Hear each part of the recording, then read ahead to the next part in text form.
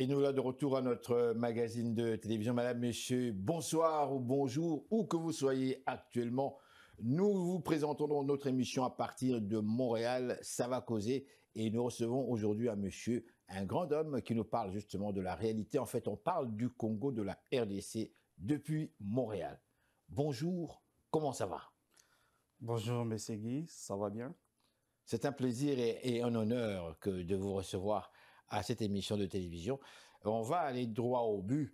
D'abord, comme toujours, évidemment, à l'émission, c'est le concept même. Qui êtes-vous, monsieur? D'abord, je tiens à vous remercier de nous avoir accordé cette opportunité de passer dans votre programme. Merci. Et je dirais d'abord que je suis congolais Oui. et j'ai plusieurs casquettes, mais aujourd'hui, j'aimerais intervenir dans ma casquette du citoyen congolais. D'accord, mais quand même, moi je suis Alors, curieux là. Déjà, dès qu'on me dit plusieurs casquettes, je veux savoir quand même, avant évidemment de rentrer dans le loi, quelles sont ces casquettes? Allez-y. bon, la première casquette, c'est d'abord d'être citoyen congolais, Oui, celle qui me ramène ici. oui. Je suis également chercheur. Mhm. Chercheur en. Je suis chercheur en gestion des projets Mhm. à l'École polytechnique de Montréal. Mhm. Je suis également conférencier. Donc vous êtes ingénieur, n'est-ce Oui, oui, pas? je suis ingénieur civil de formation. Merci, oui. Alors, je suis conférencier. Mhm. Je suis également motivateur de jeunes, je peux dire, Mhm. parce que j'ai une ONG que je suis en train de coordonner avec quelques jeunes de ma communauté là au Congo. Oui. C'est une ONG à caractère évangélique, je peux dire, ou gospel. Mhm. Alors, je travaille dans ça. Et j'ai notre casquette des blogueurs. J'ai un blog où je parle plus de la technique, de la technologie, la technicité, mais je prends plus le focus dans les domaines du pétrole.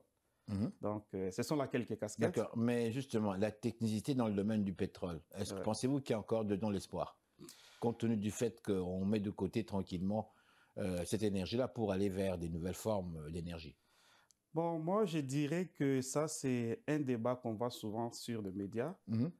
mais la réalité est que le pétrole n'a Continue. pas encore trouvé quelque chose qui peut le remplacer parce que quand on parle de pétrole, beaucoup voient tout simplement les carburants qu'on achète au niveau de la station. Oui. Mais il faut faire attention, le pétrole, c'est un produit fini, mais quand il est encore brut, il y a plusieurs dérivés qui font marcher beaucoup d'industries que les gens ignorent. Ce qui veut dire que si vous remplacez le pétrole, il faut penser à tous ces produits dérivés. Mhm. Donc, les débats continuent. Donc, jusque-là, moi, je pense que Donc ça veut le dire que ces pétrole est encore produits là. dérivés ne pourront pas disparaître du jour Ne au pourront lendemain. pas C'est ce que vous me dites. disparaître. Oui, on Donc en aura besoin.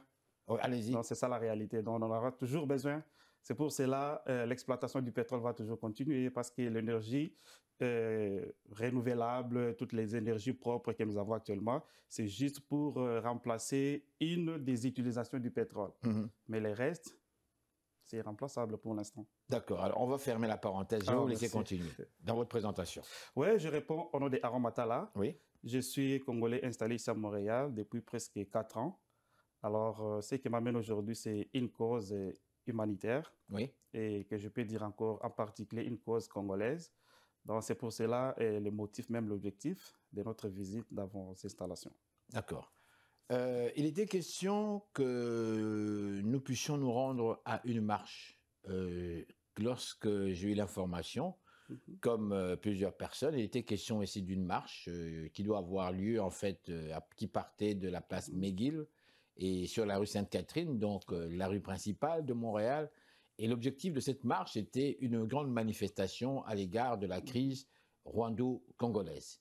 Je vous laisse nous donner le contenu justement de cette manifestation. Je n'ai pas l'habitude, je dois le préciser ici à nos téléspectateurs, de recevoir Mhm. des invités qui nous parlent de manifestation. Parce Ouais. qu'on n'est pas là pour recevoir des invités qui viennent contester, mais on est surtout là pour donner l'information objectivement. Alors, je vous Mhm. pose ma question objectivement également, en faisant l'effort pour vous d'être objectif. Quel Mhm. est le motif de votre présence ici aujourd'hui à cette émission? Merci encore une fois de plus, Monsieur Guy. Ce qui nous amène ici, comme vous l'avez dit, nous tous, nous ne sommes pas des habitués de marche. Mais il y a des moments où la cause commune vous pousse à prendre position. Parce que nous sommes dans un contexte où ce qui se passe dans notre pays, les génocides, c'est quelque chose qui dure plus de 20 ans. Quand vous dites dans votre pays, pouvez-vous préciser, s'il vous plaît? Oui, c'est dans la République Hum, démocratique du Congo, dans la hum, partie est de oui. la République. Hum, Il y a un génocide qui sévit dans ces coins depuis plus de 20 ans. Mhm. Tout le monde est au courant. Personne ne fait rien. Personne n'en parle. Mhm. Et des fois, on peut dire on en parle, mais il n'y a pas de solution pragmatique pour mettre fin à ces atrocités. Et ce que je peux vous confirmer, c'est qu'aujourd'hui, tout le monde utilise les téléphones, le smartphone. Tout le monde a des voitures électriques. Bon, je parle tout le monde, mais la majeure partie a des voitures électriques. Vous avez beaucoup de produits qui contiennent des minéraux provenant du Congo. Mais la réalité troublante est que l'extraction de ces minéraux, c'est au prix du sang. Des Congolais, des femmes violées, des bébés violés et des personnes qui se déplacent. Alors, c'est ça ce qui nous amène aujourd'hui pour protester. On ne veut plus voir tous nos compatriotes mourir comme des animaux. Il n'y a pas de solution, que ce soit au niveau national, international, alors qu'eux ne sont pas là pour les mines, ne sont pas là pour la politique. Ils sont là juste pour faire leurs activités, pour récupérer la terre que Dieu nous a accordée. Donc c'est ça ce qui nous amène protester contre toutes ces atrocités qui se passent dans l'Est de la République démocratique du Congo. Alors, je vais ici, comme vous le savez, faire l'avocat du diable. Ouais. C'est vous qui êtes là pour, comment dirais-je, nous donner l'information et non pas moi. Ouais. Moi, je suis là pour faire l'avocat du diable et vous le savez. Et je n'ai pas tellement le choix. Bien, lorsque vous nous parlez ici de génocide, pour le grand public qui vous suit actuellement, nombreux s'interrogent et nombreux se posent également cette question, mais de quoi parle-t-il? On a entendu parler d'autres formes de génocide dans ce monde, dont je n'ose citer, mais vous nous parlez ici d'un génocide. Premièrement, avez-vous des preuves qu'il y a bel et bien eu génocide dans cette partie de la planète, ou bien s'agit-il ici de désinformation, ou bien de vouloir gonfler une histoire qui se passe dans un conflit, dans un pays en fait qui s'appelle la République démocratique du Congo? Ça c'est un. Deux, ma question. Pourquoi toujours la République démocratique du Congo? Pour le grand public qui vous suit en ce moment et qui nous suit en ce moment, et vous le savez comme moi, depuis l'accession de ce pays à son indépendance, c'est-à-dire en 60, on parlait déjà, et vous le savez, 2 mois plus tard, Lumumba partait. 2 mois, 3 mois plus tard, ouais. Lumumba était parti, et dès lors, on parlait de la crise congolaise, et vous le savez, il y a eu des morts et des morts, on n'en parle même plus aujourd'hui. Il y a eu le cas Moïse Tshombe, on n'en parle plus aujourd'hui. Et il y a eu le cas Kabila, on n'en parle plus, c'est effacé. Alors là, on parle encore de l'Est. Pour le grand public, nombreux ne comprennent pas. Alors je me tais, j'ai été assez long dans mon intro, je vous laisse maintenant nous en parler. Allez-y. Merci beaucoup pour les 2 questions. Je pense que je vais commencer avec la deuxième, parce que là, vous avez cité Lumumba, notre héros national, et j'aimerais commencer mon propos par cette citation de notre héros national qui a dit « Notre lutte n'a pas pour but d'haïr ou d'aimer les colons, mais c'est juste question de souveraineté et de survie. » Alors, quand vous me posez la question de savoir pourquoi toujours les Congo, c'est simple à comprendre. Parce que le Congo vit un contraste. C'est le pays le plus riche au monde en termes de ressources naturelles. Vous qui êtes ingénieur, est-ce que ça a été prouvé scientifiquement? Avez-vous certaines références qui peuvent convaincre notre public? Parce que moi aussi, comme vous, je l'ai entendu parler. Moi aussi, comme vous, je l'ai lu quelque part dans des ouvrages. Mais j'ai de la difficulté personnellement à y croire, franchement, parce que nous sommes pauvres. Enfin, je me tais. Allez-y. Ouais. Donc, je peux juste vous renvoyer, si vous avez le temps d'aller visiter mon blog appelé Tech Monde Brésil. Sur mon blog, j'ai beaucoup parlé de ça. Oui. Et il y a beaucoup de recherches, beaucoup d'études qui ont prouvé réellement la présence de beaucoup de minerais dans notre pays. Oui.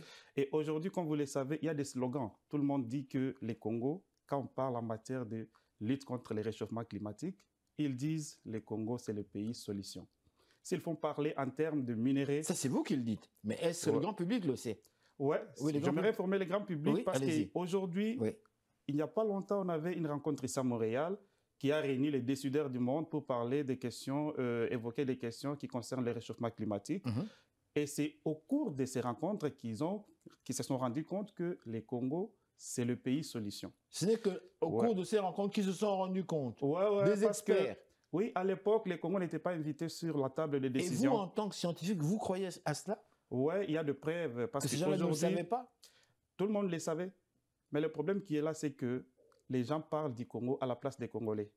Les gens décident du Congo à l'absence des Congolais.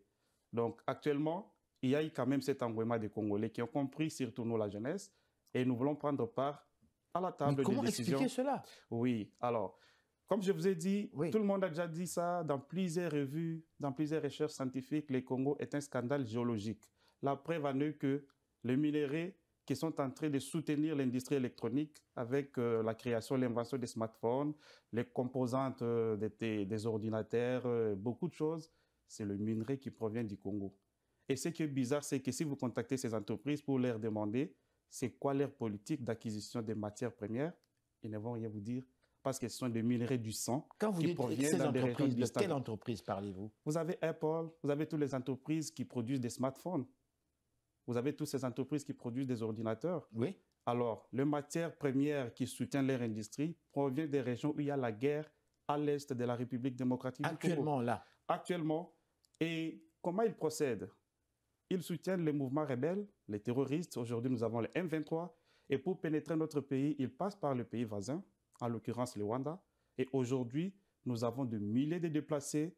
Aujourd'hui, si je vous parle, ce n'est pas un hasard.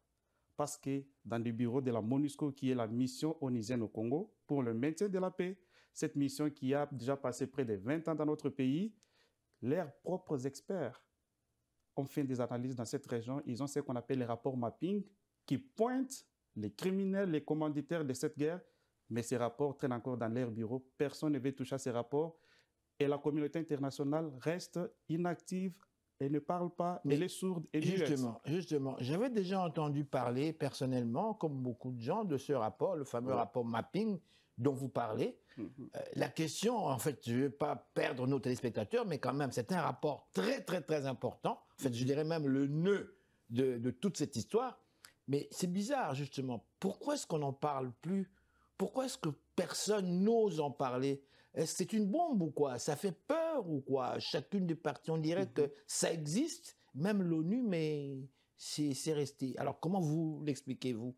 Oui, c'est simple à comprendre. Oui. Si les gens ne veulent pas se prononcer, il faut se poser d'abord la question, qui sont les tireurs des ficelles de toutes ces atrocités? Ce sont eux les décideurs. Donc, ce sont eux qui sont derrière. Il y a une complicité, un complot international contre le Congo. Mais comment l'expliquez-vous alors, parce que si vous allez dans les régions où il y a la guerre, oui, vous retrouverez les grandes entreprises de minération dans le monde, et elles sont là. Les grandes entreprises de mines qui font l'extraction minière, elles sont là.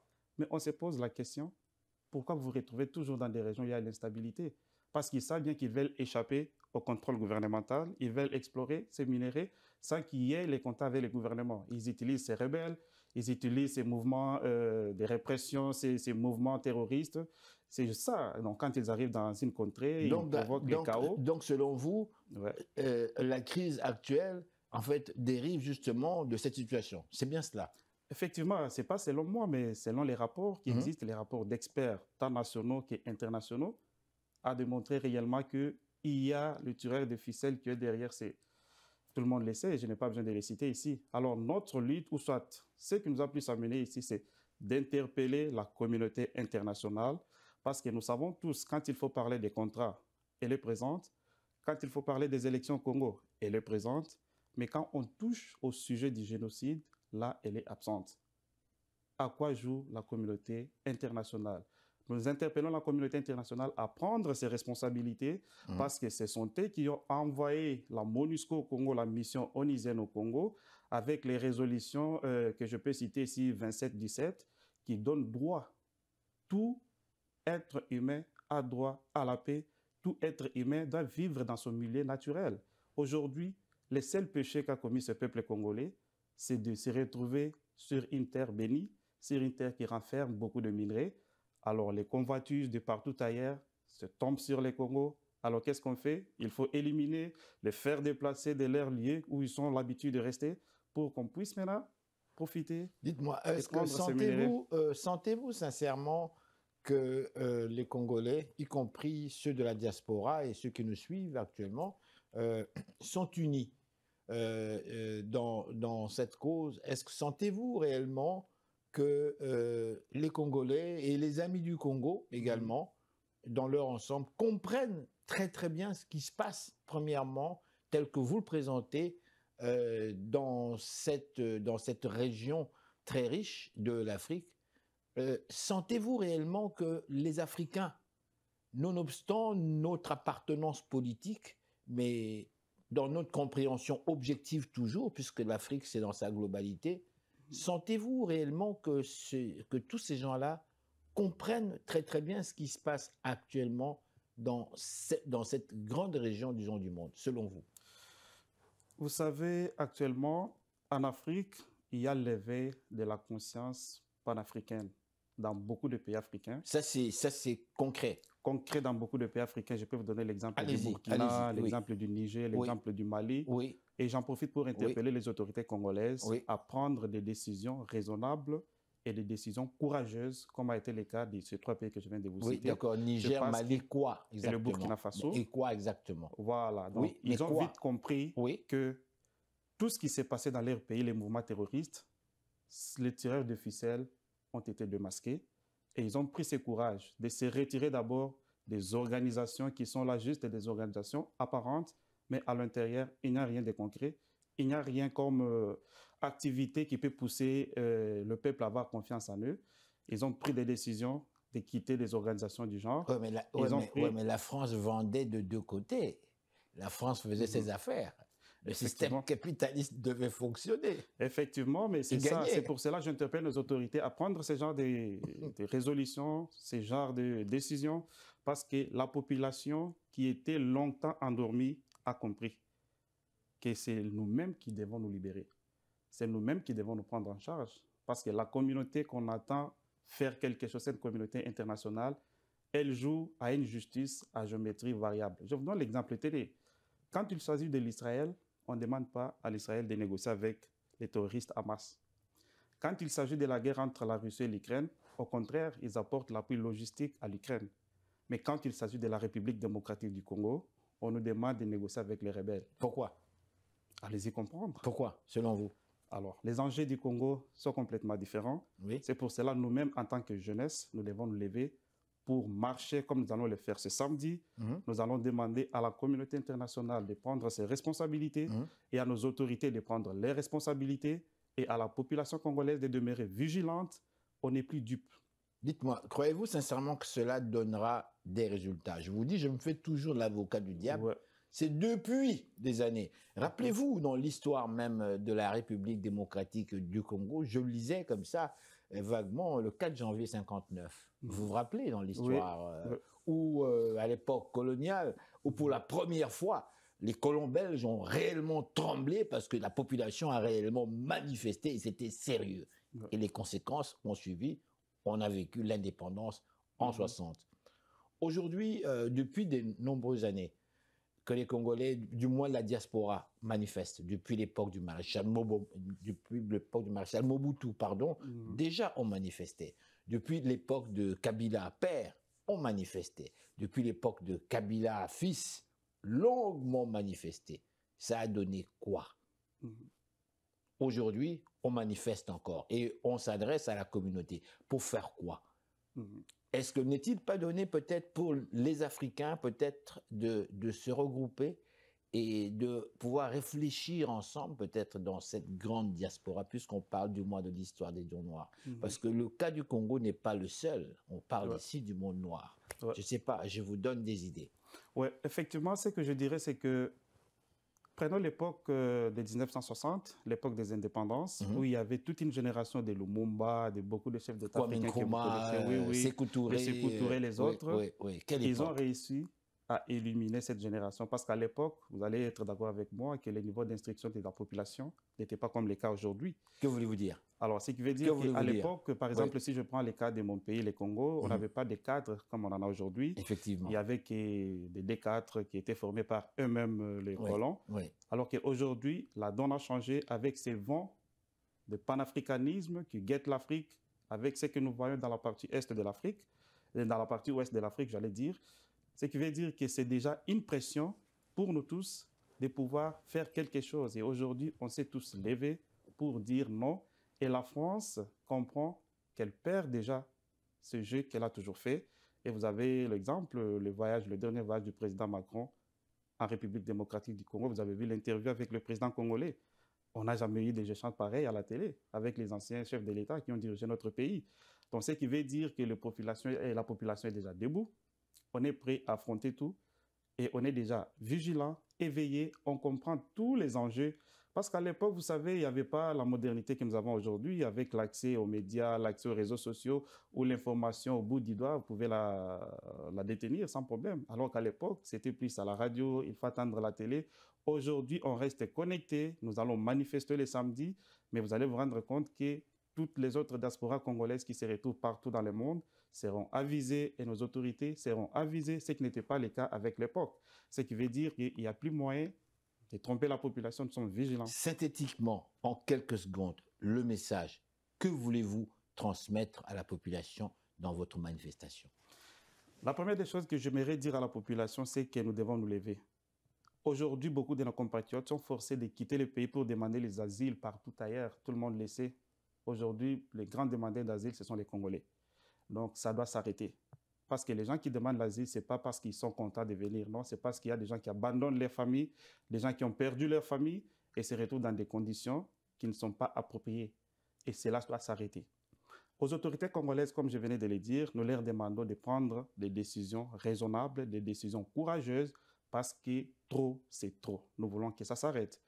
À la communauté internationale, je leur demande juste de revoir tous les rapports d'experts qui traînent encore dans leurs bureaux, dans des tiroirs. Ils doivent pointer du doigt, ils doivent arrêter ces criminels, comme a été le cas donc, avec le tribunal d'Arusha. Synthétiquement, donc, le rapport mapping, il faut qu'on le ressorte des tiroirs et on doit l'exécuter. C'est bien ça? On doit l'exécuter et on doit arrêter tous les commanditaires et les chefs rebelles qui sont en train de semer ces génocides parce que c'est plus de 12 millions de morts dans la partie est de la République démocratique du Congo. Croyez-vous que c'est possible, sincèrement? C'est possible et nous y croyons, c'est pour cela que nous allons marcher parce que nous sommes déterminés cette fois-ci. On ne dit plus jamais ça. Merci, merci infiniment. C'est moi qui vous remercie. Merci.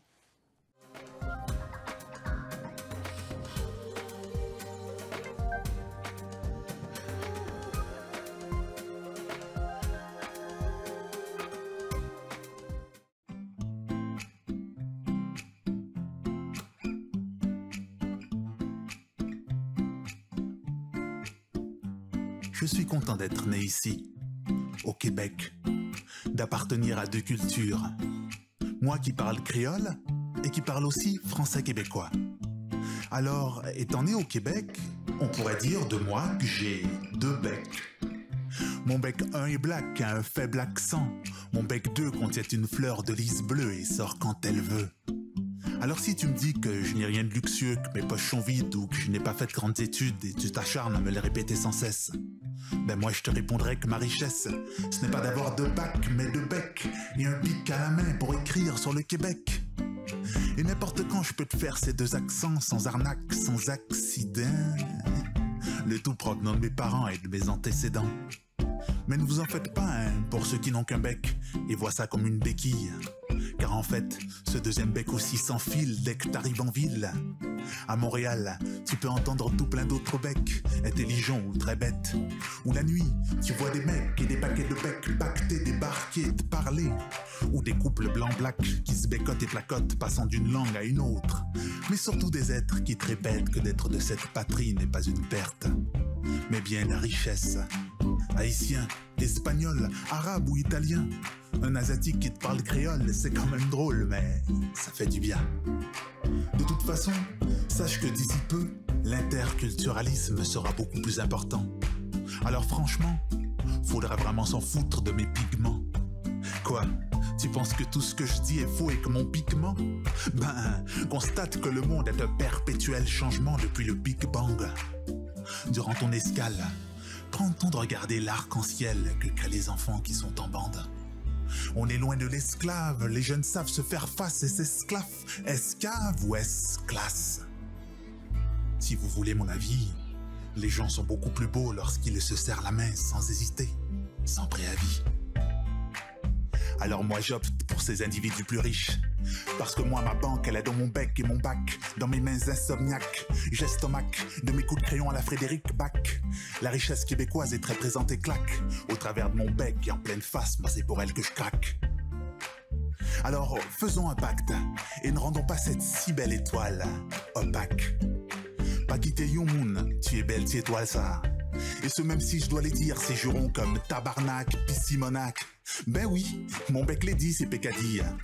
Parce que faut pas oublier que je suis québécois, moi aussi. Un Québécois qui s'acharne à te répéter sans cesse que ma richesse, ce n'est pas d'avoir 2 bacs, mais 2 becs et un bic à la main pour écrire sur le Québec. Et pour vrai, malgré tout ce qui peut se dire, je vous respecte. Je nous respecte.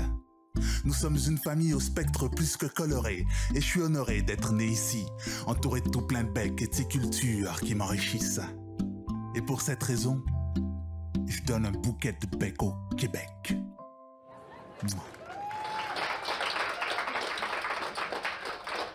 Et voilà, madame, monsieur, nous sommes à la bibliothèque multiculturelle, ici même à Laval. Et nous assistons ce soir, en fait, à une reproduction, en fait, comment est-ce que je devrais dire, plutôt à une représentation, plutôt, en français. L'artiste, vous le connaissez, tête d'affiche, Elémo est avec nous ce soir. Et c'est dans le cadre, justement, du mois de l'histoire des Noirs. Pour vous, qu'est-ce que cela représente exactement? Ben ça représente qu'il faut mettre les Noirs de l'avant, c'est-à-dire que il faut, pour moi, les textes que je propose aussi dans mes slams, ça parle des minorités qui se retrouvent au Canada et il faut les mettre de l'avant. Donc pour moi, ça représente la fierté d'être noir, ça représente le fait qu'il faut mettre de l'avant les minorités, que ce soit au niveau de la culture, que ce soit au niveau de... Oui, c'est ça. Je pense que c'est important de mettre de l'avant les communautés noires parce que, évidemment, il y a toute une histoire derrière ça. Donc, ouais, j'ai envie de dire qu'il faut mettre de l'avant. Vous, qu'est-ce qui vous a conduit vers le slam? Quelles sont les circonstances qui vous ont poussé à vous exprimer justement de cette manière? Ben déjà, le slam, il y a quelque chose de très artistique aussi. Donc moi, ce qui m'a plu dans le slam, dans la poésie, c'est cette manière de jouer avec cette langue française, les jeux de mots, les rimes, etc. Donc c'est ça qui est venu me chercher. Donc je me souviens, je voulais essayer de faire la même chose, de comment raconter une histoire de manière très imagée, très poétique. Donc j'ai commencé à écrire un peu, j'ai commencé à jouer avec les mots, puis tranquillement j'avais des textes. Évidemment, j'avais des choses à dire aussi, que ce soit par rapport à mon parcours, par rapport à ce que je voyais, la beauté des différentes cultures qui se retrouvent à Montréal, à Laval, au Québec. Donc, j'ai mis ça de l'avant à travers mes textes de slam, de manière très poétique. Et ça me plaît encore aujourd'hui, donc c'est pour ça que je fais ça aujourd'hui. Je m'appelle Élise Robert, je suis la chargée de projet de Assemblement, qui est l'initiative interculturelle de la Société nationale du Québec à Laval. Et en ce moment, je suis aussi la directrice intérimaire de cet organisme. Donc, on vous reçoit, merci, ce soir à la Bibliothèque multiculturelle de Laval, qui est un fidèle partenaire depuis de nombreuses années. Notre objectif est d'organiser des événements civiques pour favoriser le dialogue interculturel. Donc, faire connaître des gens de la diversité qui enrichissent la culture québécoise aux Québécois et sensibiliser les Québécois à la réalité des gens issus de la diversité pour justement contrer le racisme et favoriser le vivre ensemble. Ça s'exprime parfois, comme ce soir, par des cafés littéraires. Ce soir, on reçoit le slammer Elémo. Ça s'exprime par des cafés-débats, des occasions de dialogue, des ateliers d'écriture, des concours, des événements culinaires aussi. On a une foire de boulange. Toute excuse est bonne pour vivre ensemble et apprendre à mieux se connaître. Et c'est pas pour rien qu'on a créé l'histoire, le mois de février, Histoire des Noirs. Pas pour rien. Hein? Pour combattre justement cette discrimination et montrer que les communautés noires, parce qu'il n'y en a pas qu'une seule, les communautés noires, qu'elles soient issues de la Barbade, de l'Afrique, d'Haïti, peu importe, ces communautés noires font partie de notre société comme tout autre citoyen, quelle que soit son origine. Donc, c'est une façon importante d'envoyer un signal à toute la population, peu importe la couleur de la peau, peu importe vos origines, vous êtes parmi nous, vous êtes avec nous, vous êtes dans notre communauté, vous avez un rôle à jouer. Je ne sais pas si tu m'as déjà regardé dans les yeux, mais si tu le fais, tu vas y découvrir un univers insoupçonné. Avec une seule saison, où c'est la chaleur humaine qui en dépend. Tu sais, quand on se parle et l'on se regarde sans jugement. Un univers où tu as ton accent, j'ai le mien. Et qu'on accepte ce concept, chaque pièce est unique de toute façon. T'as 100 pièces en poche ou t'es sans pièces, je te respecte. Mes yeux déjouent le trompe-l'œil de ton aspect, aspire à voir plus que tes traits. Espère capter ta sensibilité, sans cibler ou citer ta différence pour finalement te repousser, non. Mes yeux voient beaucoup plus loin que ça. Alors fais comme moi, rapproche-toi. Et vois dans mes yeux qu'il y a de la sincérité. Que dans ce monde, les gens bavardent sans sincérité. C'est une série tout en sûreté, c'est sain, c'est mérité. Marie tes mots à l'honnêteté. Qu'on avance ensemble et qu'on échange, qu'on partage nos connaissances, qu'on ait sans cesse une connexion, un contexte d'ascension. Allez, regarde-moi dans les yeux. Et détrompe-toi si tu penses que mon iris est noir. Car dans ces sphères, toute ombre se noie. Les couleurs se dévoilent et tournoient. Ici, j'ai déjà réparé les dégâts. J'ai dégagé les malheurs hors de mon territoire vaste. Zigzag entre les bons gestes et les zestes de faute, ne laissant aucun désastre. Que des astres à admirer, la lumière dans mes yeux briller. Et quand je nous regarde, je nous trouve tellement plus beaux avec nos différences. C'est une vision où je nous vois, disons, déjà 10 ans après, où l'harmonie d'une mosaïque apparaît, où la disparité a disparu. Crois-moi, ce que je dis n'a pas de ruse. C'est simplement un genre d'univers intemporel, non temporaire, anti-horaire. Je vous accueillais, et je vous accueille, et je vous accueillerai. Peu importe ton quartier, peu importe où tu travailles, même si t'as tout ou t'as rien, t'es tatoué, t'as la foi ou t'es athée, mais attends, t'es sérieux? Moi je trouve ça pathétique, c'est pas éthique, on sépare les types, donc j'insiste sur ma vision d'une dimension sans barrière, sans panne, là où il y a l'égalité absolue entre l'homme et la femme. Moi je veux voir de l'électricité dans tes yeux, allez donne-moi un choc, que le sol s'irise, que nos poils se hérissent, et rien de ce récit ne nous empêchera de se dévouer ainsi. Vas-y, lance-moi du vrai, je veux ton avis, va vers l'avant, va vers ton vœu. On fera plus que vivre parce qu'on rêve et qu'on veut. Allez, viens. Qu'on se regarde. Les yeux dans les yeux.